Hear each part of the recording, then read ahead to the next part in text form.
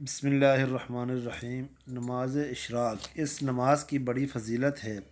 اس کے پڑھنے والے کو پورے حج و عمرہ کا ثواب ملتا ہے۔ صرف 4 یا 2 رکعتیں ہیں کہ نماز فجر جماعت کے ساتھ پڑھنے کے بعد بیٹھا ذکر الہی کرتا رہے، جب آفتاب بلند ہو جائے تو پڑھے۔ نماز چاشت اس نماز کی بہت ہی زیادہ فضیلت ہے۔ ہمیشہ پڑھنے والے کے سب گناہ بخشے جاتے ہیں، اگرچہ سمندر کی جاگ کے برابر ہوں، اور اس کے واسطے جنت میں سونے کا محل ہوگا۔ اس نماز کی کم از کم 2 رکعتیں اور زیادہ سے زیادہ 12 رکعتیں ہیں۔ اس کا وقت آفتاب بلند ہونے سے زوال تک ہے۔ نماز اوابین نماز مغرب کے فوراً بعد ادا کی جاتی ہے۔ اس کے بے شمار فضائل ہیں۔ حضرت سیدنا عمار بن یاسر رضی اللہ تعالیٰ عنہ کہتے ہیں کہ سرکار مدینہ صلی اللہ علیہ وآلہ وسلم کا فرمان ہے، جو کوئی مغرب کے بعد 6 رکعتیں پڑھے اس کے سارے گناہ بخش دیے جائیں گے، اگرچہ وہ سمندر کی جاگ کے برابر ہوں۔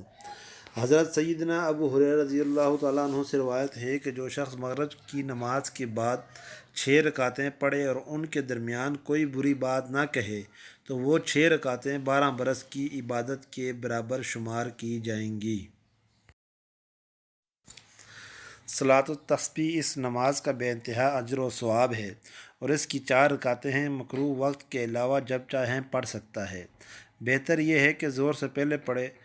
اس کا طریقہ یہ ہے کہ تکبیر تحریمہ کے بعد ثنا پڑھے، ثنا کے بعد 15 بار کلمہ پڑھے، سبحان اللہ والحمد للہ ولا الہ الا اللہ واللہ اکبر، پھر تعوذ اور تسمیہ اور فاتحہ اور سورت پڑھ کر 10 بار یہی کلمہ پڑھے، پھر رکوع میں جا کر رکوع کی تسبیح کے بعد 10 بار پھر یہی کلمہ پڑھے، پھر رکوع سے اٹھ کر تسمیح و تحمید کے بعد 10 بار یہی کلمہ پڑھے، پھر سجدے میں جا کر سجدے کی تسبیح کے بعد 10 بار، پھر سجدے سے اٹھ کر جلسہ میں 10 بار، پھر دوسرے سجدے میں تسبیح کے بعد 10 بار، پھر دوسری رکعت میں فاتحہ سے پہلے 15 بار، اور پھر اسی ترتیب سے 4 رکعتیں، ہر رکعت میں 75 بار، اور چاروں رکعتوں میں 300 بار کلمہ پڑھا جائے گا۔